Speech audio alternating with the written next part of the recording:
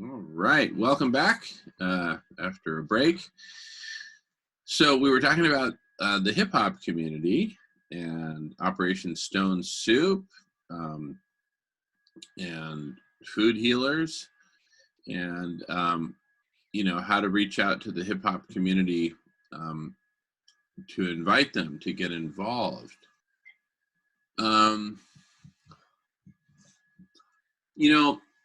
The hip hop community being such a big community, right?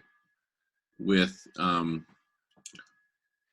such a large distribution, everything from famous artists to 15-year-olds who are just practicing at home with a microphone. And so I imagine that amongst that community there may well be kind of like social justice, environmental justice forums where it's kind of an intersection between hip hop and social justice, hip hop and environmentalism. And anyway, that's just a sort of a question. Another would be to look at songs of hip hop songs that touch on these issues, which a lot of them do, frankly. And reach out to the artist and say, "Hey, loved your song," right?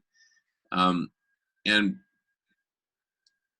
perhaps particularly an artist that's kind of second tier, right? Because the ones who are just like super famous, lots of people try to reach out. And Snoop Dogg had his people reach out to me during the ganja days, and I was like, great, let me talk to Snoop. But no, he was unavailable to talk. He just wanted to know about the money. Right. And that was pretty disappointing, because I was like, oh my goodness, I'm going to talk to Snoop Dogg and we're going to talk about this and this and this and this. And no interest.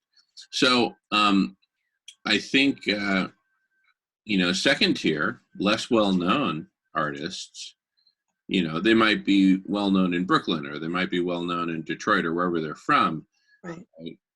And, maybe a little beyond, but this could be something that could help put them international, right? Particularly if they're,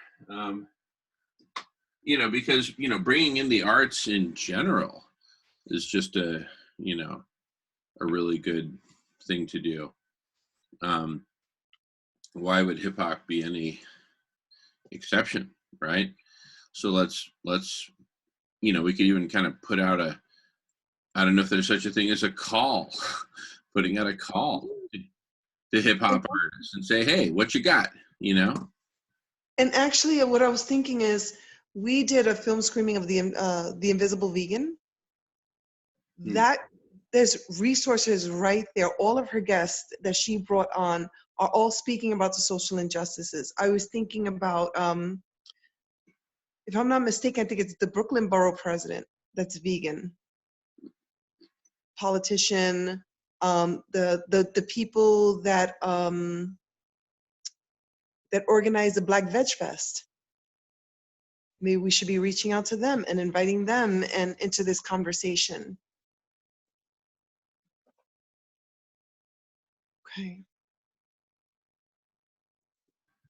Heck yeah.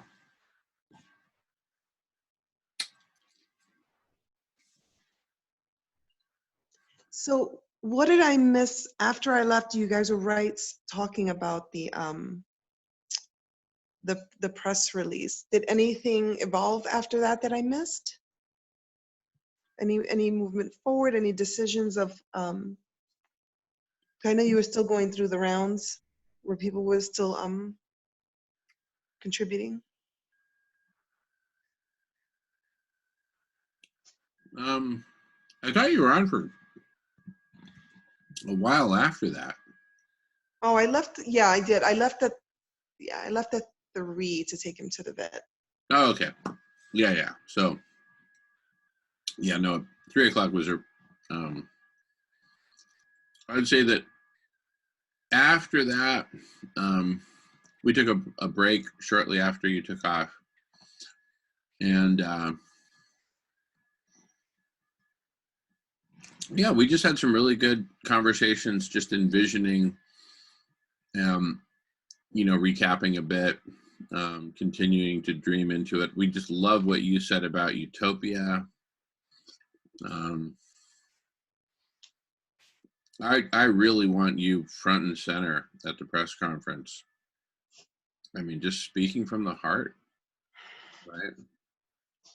Yeah, I started taking notes today.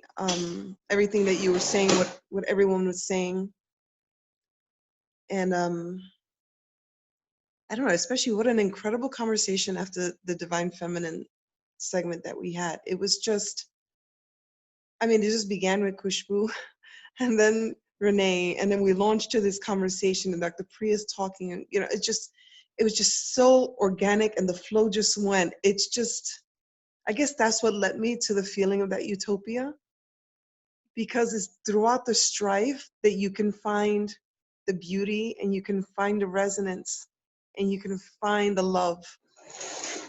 That's the utopia, and it was just so incredibly beautiful. And I guess I feel like this is like what I've been preparing for. That divine feminine, where all the pieces put together, all the battlegrounds, all the fights that I've been. It's like this is the one spot that we get to address them all with one root cause, one foul swoop. We get to do it here, and I feel like that's what this has been building up to. Like, it's Exactly. real. It's surreal. It really is. Yeah, I mean, look, to end hunger in one city would be a major accomplishment for one's lifetime, right? But to do it for one city intentionally as the first domino to go as part of a much larger story that includes collective superintelligence and cooling the planet through SRM. And then whatever comes next after that, because we're creating the machinery, for lack of a better word. There's got to be a better organic but the machinery for cranking out the solutions, right? And building towards consensus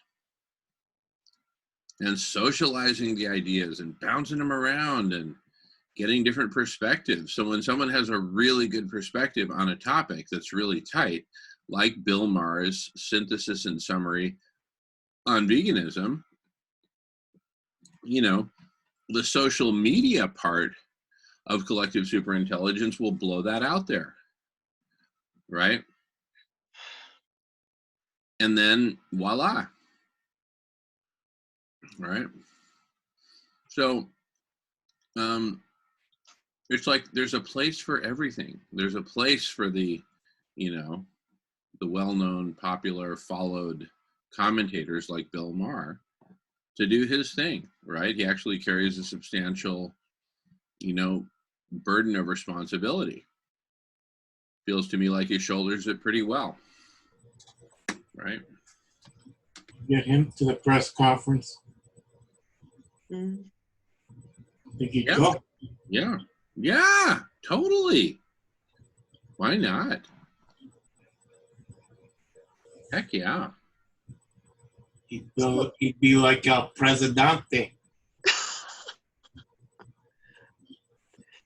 So, Jamin, how do typically like press conferences work? Like, have you envisioned like what it looks like, how many people talk, what I can't even fathom. So I'm trying to take notes and write. I'm like, but who am I talking to? How many people are there? Am I surrounded? Like, I'm just trying to understand what it looks like in the scope of what that would be that day.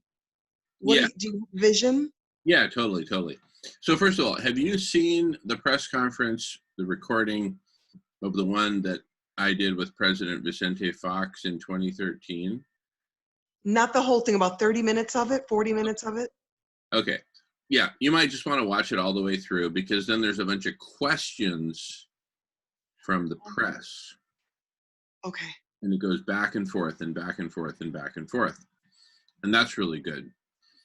Now, basically, the idea of a press conference, first of all, anyone can throw a press conference. You don't need a permit. You don't need jack squat to throw a press conference, right? We have freedom of assembly in this country, freedom of press. We have all the freedoms we need. We just do it.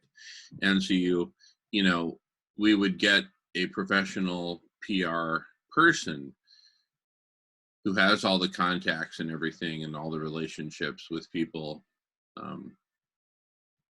in the media, and, you know, talk with them and make sure they come, right? And, you know, that's a little bit of a sales job. That's why they do it, right?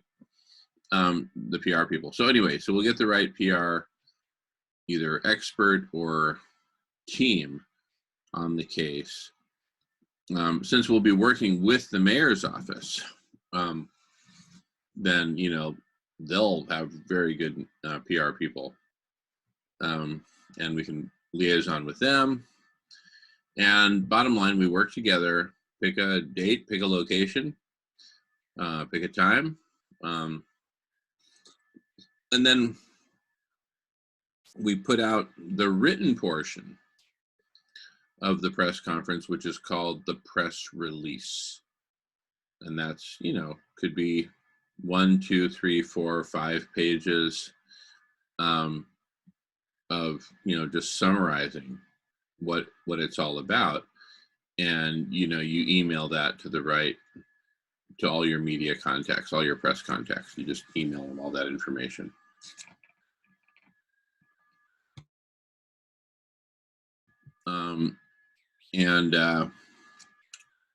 You know, you email that in advance, you send it out in advance, give people sufficient notice. I forget what sufficient notice is for the media. I don't think they need a big lead time.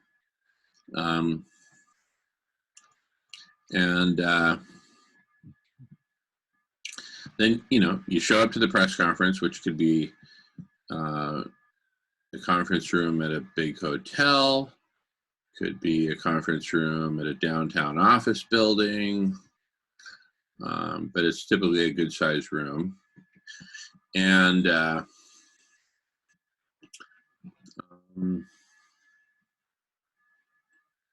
guess the seating would be 6 feet apart. oh yeah, that's right. Good point.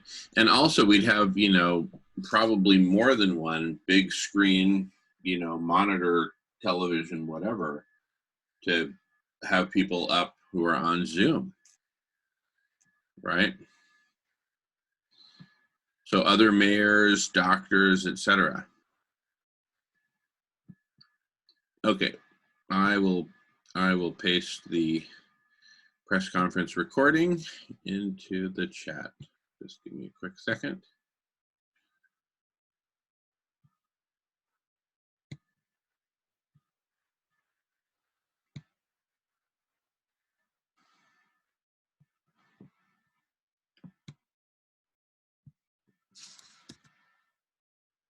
Okay, there it is. Press conference with President Vicente Fox. Oh, and you've got your hand up, Hugo. Yes.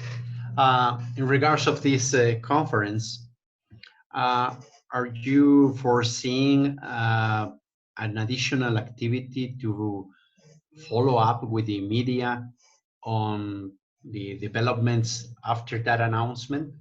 I mean, I believe there is going to be a big effort to put all these media right there to make the announcement, but I also believe it will be important to some sort of keep the movement on providing like waves of information status, or how do you think it will be better to maintain the focus of course the media, but also the public in general on the development of this proposal or this initiative?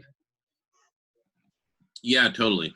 So on whatever website this is centered around, whether it's Operation Stone Soup or Food Healers, we'll almost certainly have a blog on the webpage. and do appropriate social media blasts. We'll do a lot of tweeting, Facebook posting, etc., YouTube videos, even Reddit threads.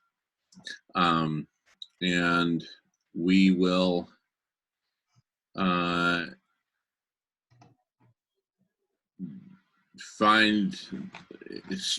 constantly seek to find the right balance of recruiting new people into the community, right? To join the conversation, to join the collective intelligence, because I think there will definitely be a spike starting the day of the press conference. You know, whoosh, a whole bunch of people are going to come pouring in and say, wow, this is awesome. So we need to be, number one, we need to be prepared for that. And as we grow and grow and grow, right, then we need to have people who are trained to in turn train newcomers, right? And you know, kind of get them up to speed, answer their questions, help them get oriented. A little bit of training. The training is the training will be less and less as we go on in time, because we'll have more and more of it built out into a platform that just has a super intuitive interface and all that. But you know, here's the thing: it'll be centered around collective super intelligence, which will be a story unto itself, right? And you know, you just have story after story. You have feeding everyone. You have plant-based foods. You have, you know, ending pandemics, preventing future pandemics. You have health and immune boosting. You have cooling the planet. You have collective super intelligence.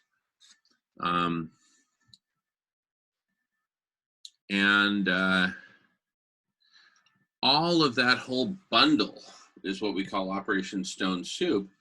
And that, you know, creates the first member of a whole category, right? The first member of a whole category called the mega solution, right? I think you were here when we talked about that, Jackie. The mega solution, yeah. So that's very significant. And, you know, let them call it the Stone Soup Mega Solution, right? Let it become famous because it's first. It'll be the first mega solution proposed. See, there's no mega solution on the table right now. There's just BS. There's, oh, you know, the virus will die down and then we'll go back to business as usual. And then, well, what about exponential planetary overheating? Oh, well, I don't know about that. That's somebody else's department. Next question. You know, come on. So as a species, we're being extremely irresponsible. Our governments are being extremely irresponsible. The academic community is being extremely irresponsible. The media, extremely irresponsible. Religions and religious leaders, extremely irresponsible. And so in the midst of all this irresponsibility and emperor with no clothes, but nobody calling it out, we show up. And we say, hey, this is bullshit and we've got a solution. Except we drop the bullshit. We just say we've got a solution. We're going to feed everyone, end pandemics, all plant-based foods. We're going to cool the planet. And we're going to do all this powered with collective superintelligence.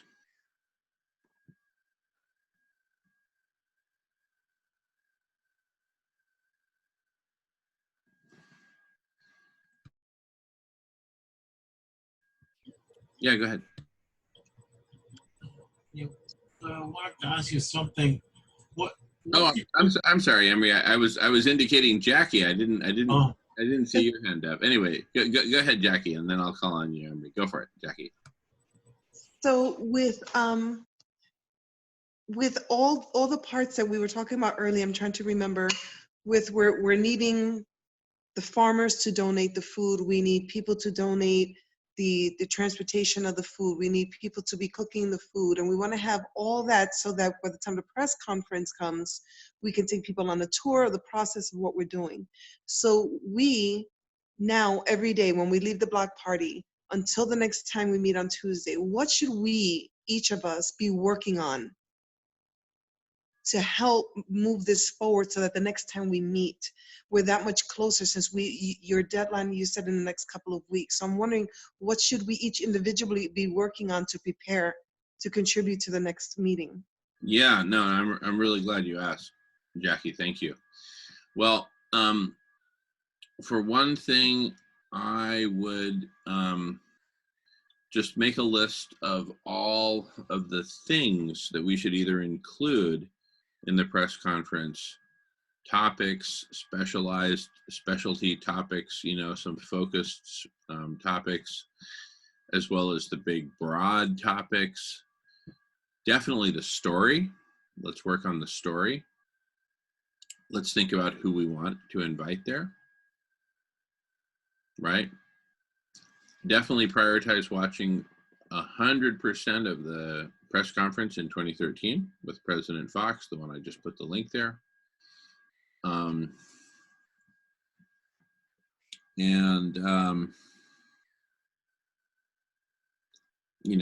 Think about what city would make sense to do this. Think about all the stuff we talked about pertaining to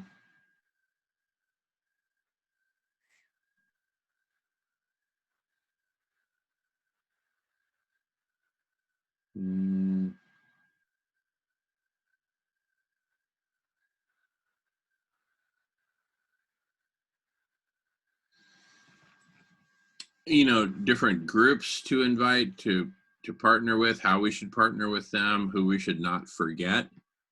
Oh, don't forget the churches, don't forget religion, don't forget this, don't forget that. So let's make sure we don't forget any group, any perspective, people with special needs, whether it's special dietary needs. Think about the overall flow of it, because I'm imagining we go out there into the community even before we have food to deliver, just to kind of do a survey. Hey, would you be interested in food? We're offering, we're gonna be delivering food to everyone. Are you interested? Right? If so, how many are you? And would you like food for breakfast, lunch, and dinner? Just dinner, right? For how many people? Any special dietary requirements? And let's say we have a couple different options in terms of, we can make a weekly delivery, or every 3 or 4 days, every half week, right? You want one delivery a week or two, that sort of thing. And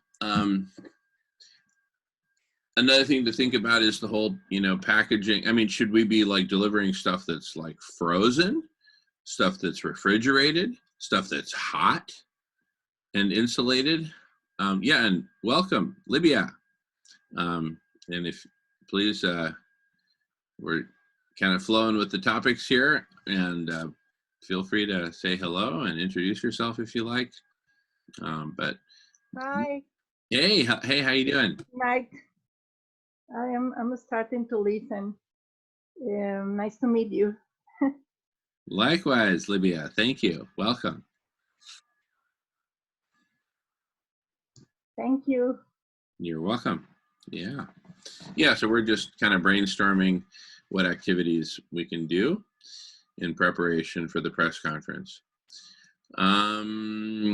Think about international scenarios. Think about having different countries, different cities from different countries around the world represented there on the Zoom video conference.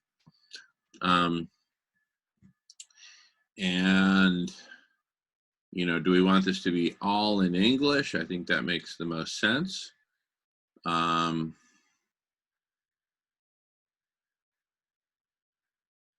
One thing that would be really interesting is if we were doing our press conference concurrent with other cities in other countries doing press conferences at at basically the same time. You know, for Latin America, which doesn't get more than 4 or 5 hours, depending on the time of year, time zone later than Pacific time, you know, we're in the same neck of the woods. Europe starts to get a little hard unless we do it in the morning here and they do it in the afternoon. And why not? We could certainly do that, right? So just envisioning the whole thing, giving it some color and flavor. You know, do we have like a big pot there, which is like a stone soup, right? And we cook it right there at the press conference and offer everybody lunch in a very hygienic way. And we demonstrate our safety processes, stuff like that.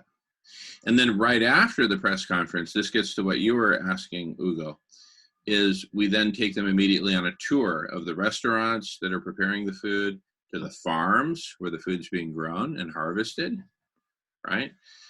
And all the way to delivery and interviewing families who are receiving the food and what's this like for you?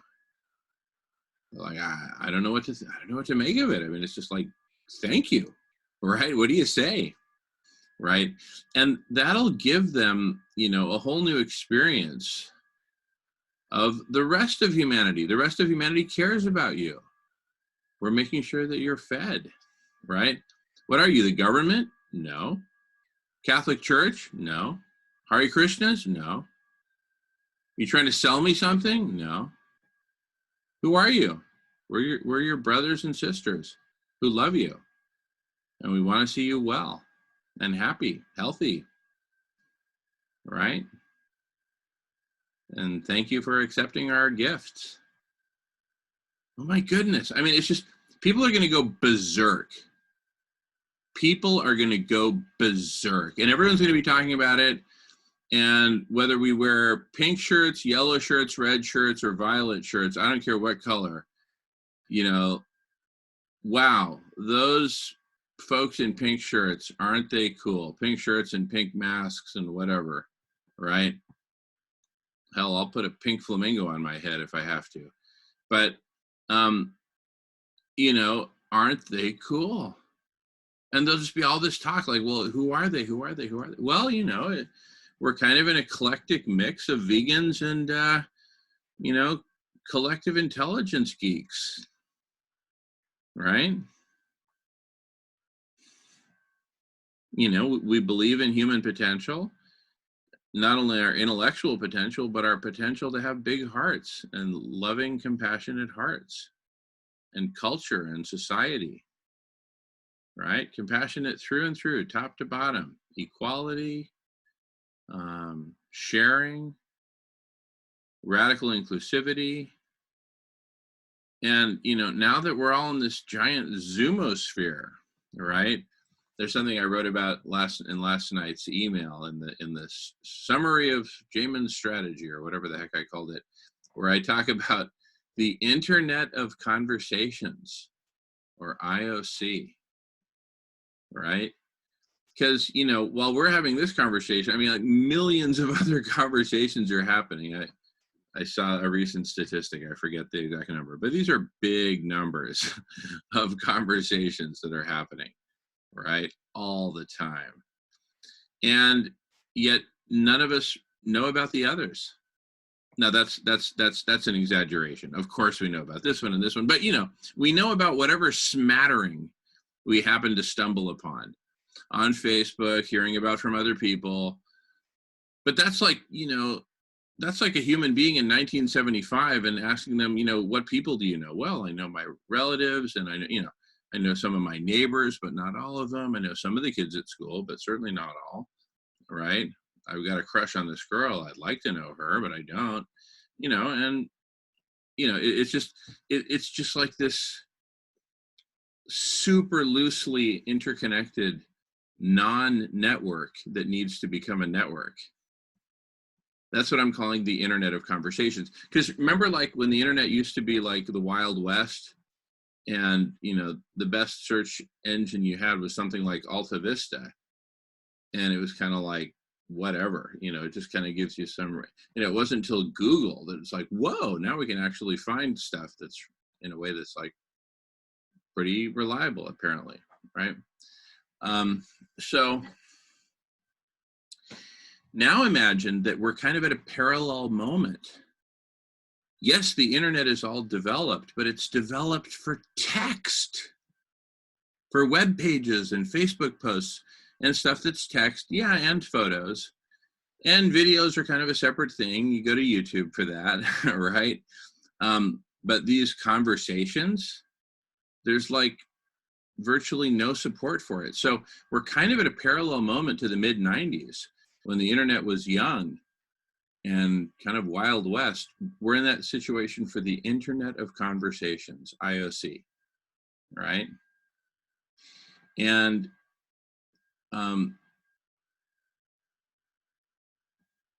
collective superintelligence, CSI, will be built on top of the foundation of IOC, Internet of Conversations. So the two will co-evolve, right? And we can actually pioneer a lot of that and innovate a lot of that co-evolution, because we'll have so many people. Thank you, Hugo. CSI, Collective Superintelligence, IOC, Internet of Conversations. Thanks. And, oh, you already wrote it. I got it. Thank you. Perfect. So,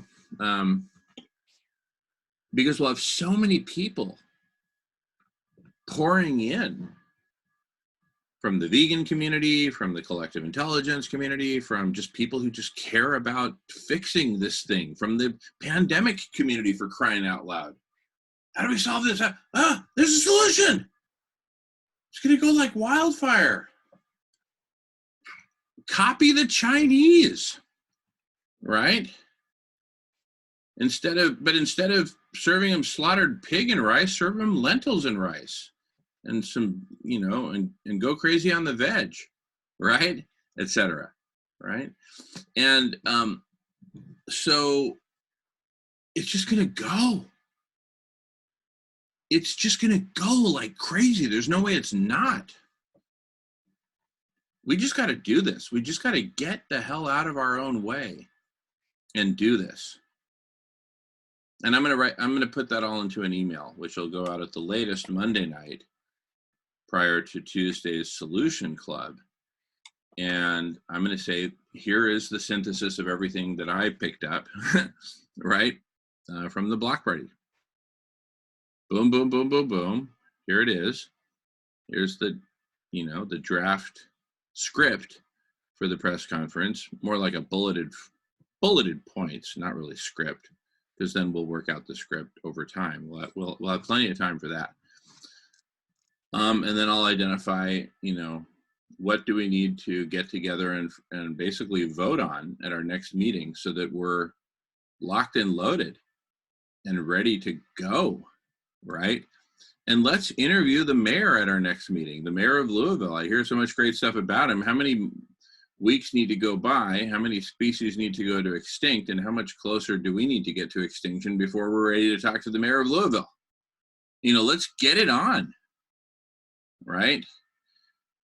We should be interviewing mayors like somebody who wants to build a mansion interviews architects. Show me what you got.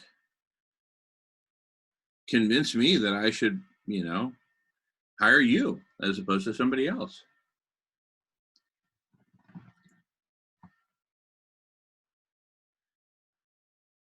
So I'm going to really put the pressure on all of us to get this wrapped up, right? Timing is everything, and the timing is super hot right now.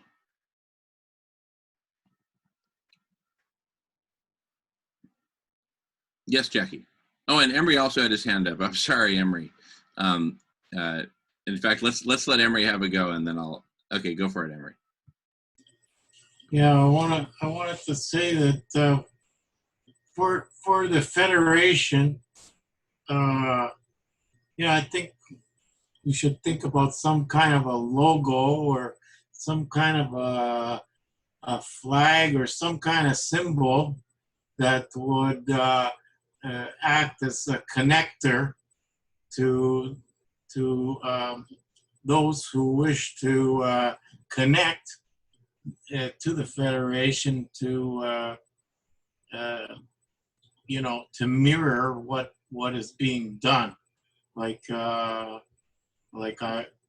I'd say for the like on social media, let's say we could establish or people could establish uh, virtual representations of their city, where people could become citizens of that city or residents of that city, and just be involved, like the app, like the K Mama app, but where we could use Facebook to a large extent to accomplish that. It's very easy, and we have to have some kind of a symbol, something symbolic to bring it all together, so that when people do set up a page or whatever, right, that it would all connect us. Yeah, no, I love it. I love it. I love this big tagging idea. A symbol, etc. All right, Jackie, you've been waiting, and then followed by Ugo. Go ahead, Jackie. So quickly, do you think it's because the Brooklyn Borough president, I know the mayor takes care of all the cities, but we know that within the city, each borough is its own little city. So do you think that would it be effective to invite the Brooklyn Borough president to come and speak, or are we looking specifically at like the mayors? No, wait a second. Is the Brooklyn Borough president, he's vegan? Yes, So, and that's the highest level that you can get in Brooklyn before mayor of New York. yes.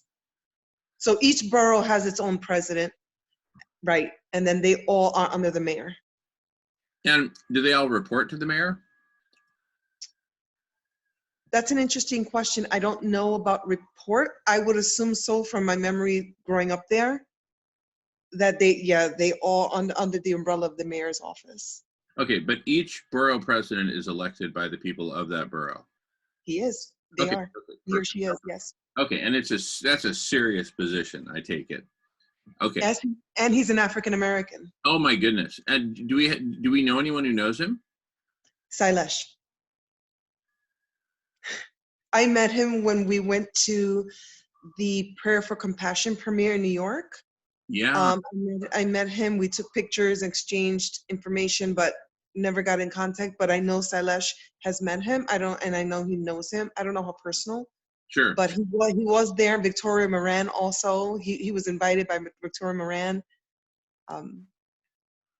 So that's why and that's where they hold the Black Veg Fest. Also, it's in Brooklyn. Ah, perfect. So that's why I was thinking of that, how wonderful that would be. And then really quickly, when each of us is sharing our contribution to the press conference, how long should we be speaking? I would, on the ballpark 5 minutes. Okay. Right. But that's just a ballpark. You could, and I would, again, look at the press conference that we did with President Fox in 2013.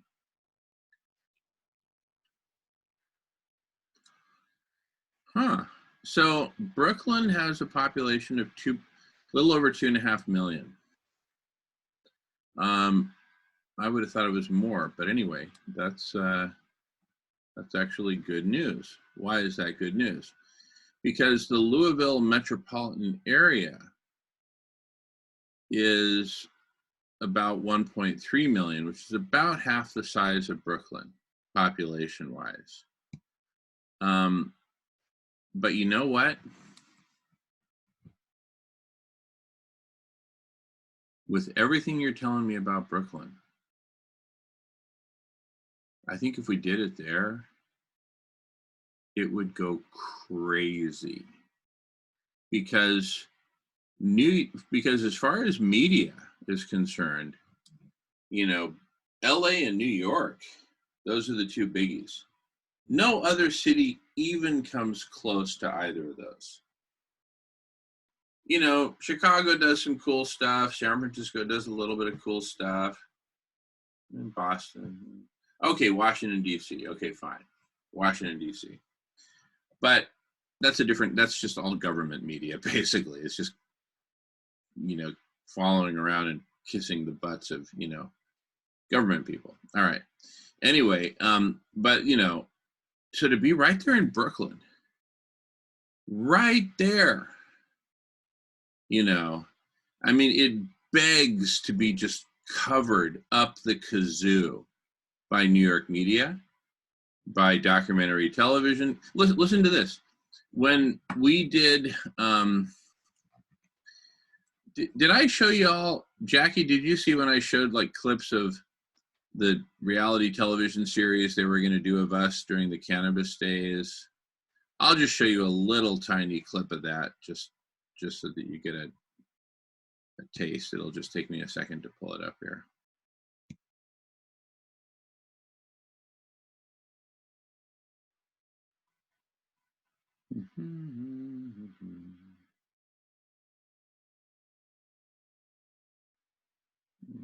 Okay. Let's see.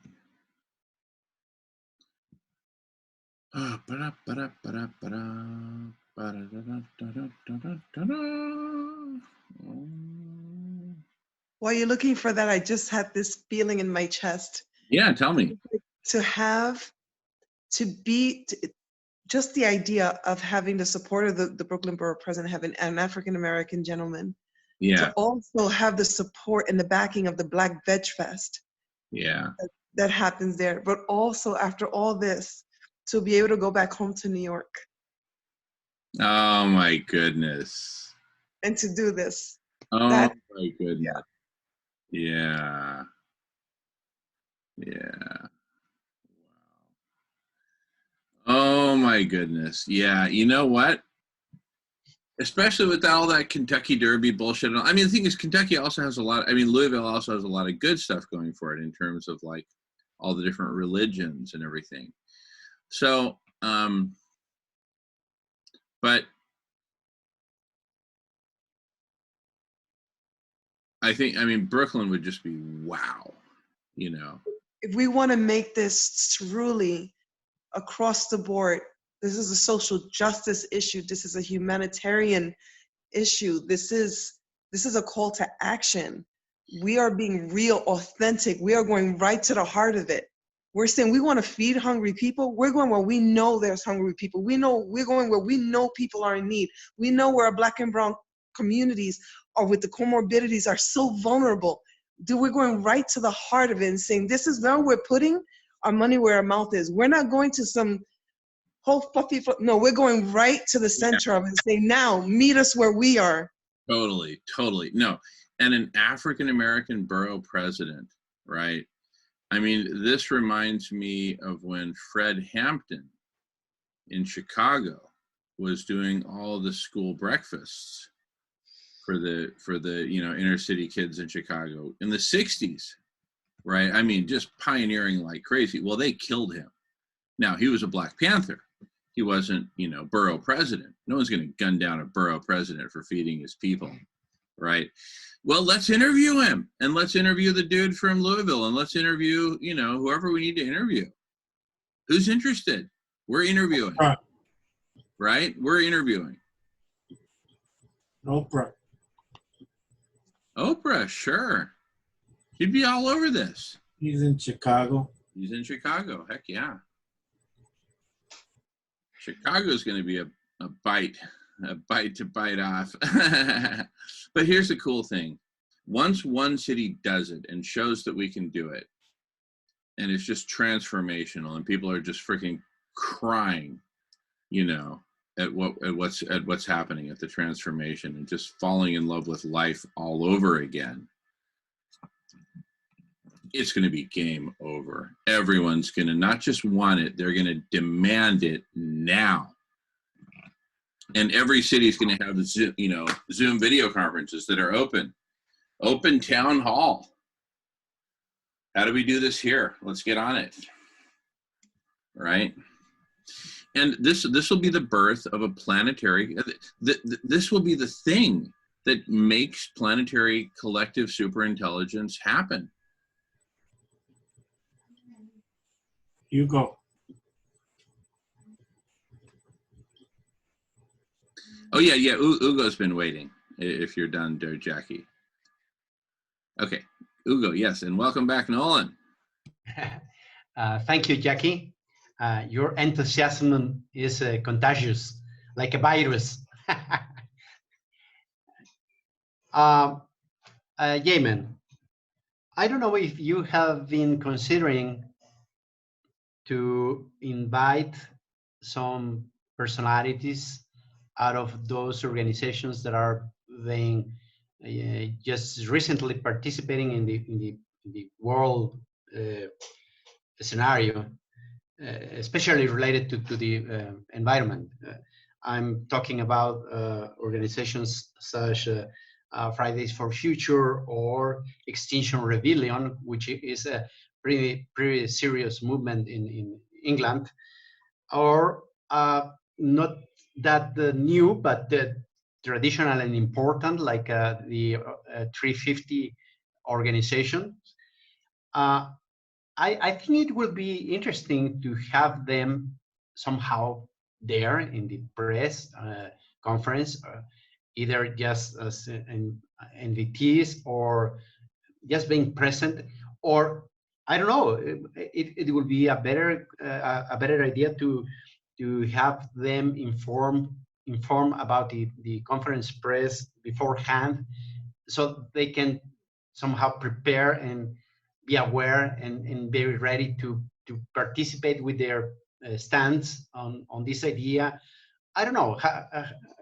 What of these organizations do you consider it will be interesting or important to have in our side? Yeah, this is a really interesting question. The first two big points on the headline are feed everyone and, end pandemics. And neither of those actually really maps center of the bullseye on climate change, which all those organizations that you mentioned focus on climate change. Now, but we will go hard on SRM, cooling the planet through SRM. And unfortunately, I think, most of the, I'll just say liberal elite, including the people at the heads of these organizations like, the Sierra Club, 350s, XR, I don't think is headed by liberal elite, but liberals certainly.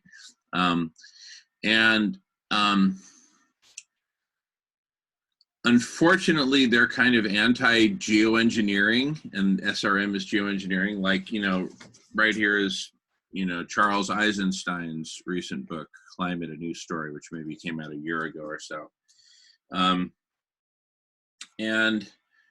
He's anti-geoengineering, right? It's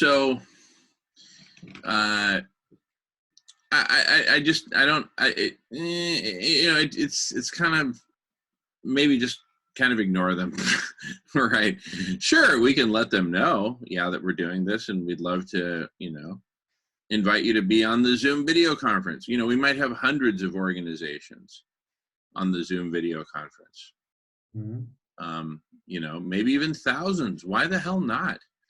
Not everyone's going to be able to speak, but then we could also get creative with breakout rooms, right?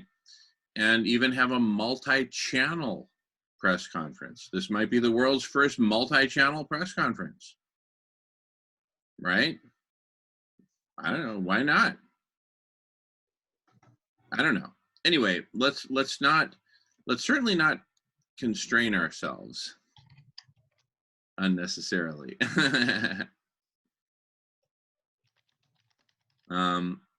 You know, I think this is really a great time for thinking outside the box, more than usual, because we're already outside the box. We're outside of so many boxes right now.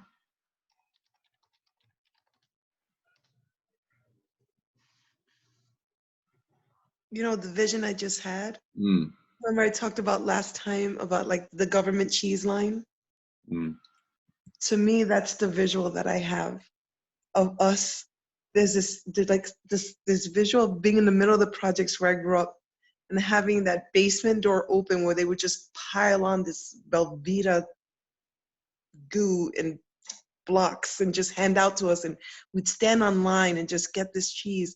But imagine us on the other end of that line, the same community members coming down, looking for help, looking for nourishment, and we're there and saying, this ain't no government cheese line. Okay? No, this is the love line. This is the vitality line. This is the immunity line. This is humanity line. You know, like this is to be able to stand there and watch these our brothers and sisters come online and trust us and know that we're there for them and that what we're giving them is life, the gift of life. And it's your choice. We're just here to gift it away. You know, like that visual to me is so amazing. It just takes my breath away, just the thought of it. awesome. Wow. Love it. Yeah. You know, I could visualize, you know, a whole bunch of samples. You know, like we've got to work out. I mean, recipes have to be worked out for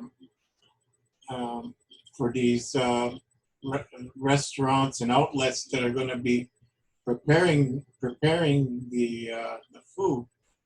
Or, you know, there's going to be packages of raw food, right? And then there's going to be also the prepared food. But it would be interesting to see the menu, right? And say, okay, we've got this one and that one, and you know, a number of them. It doesn't have to be like dozens and dozens, right? Keep it, you know, relatively simple but doable, right? But consistency over you know, a vast number of participants, right? We're going to participate in this action. There should be some consistency, right, with the menus and how it's being prepared, you know. And during that conference there, I'd try to have a bunch of samples lined up, say, here it is, here's the product. Absolutely. I love it. Totally. Have a freaking buffet there.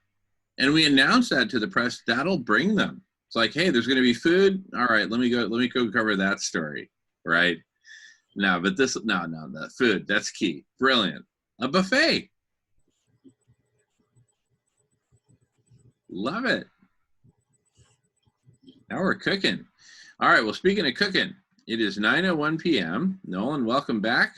I'm going to stop recording and then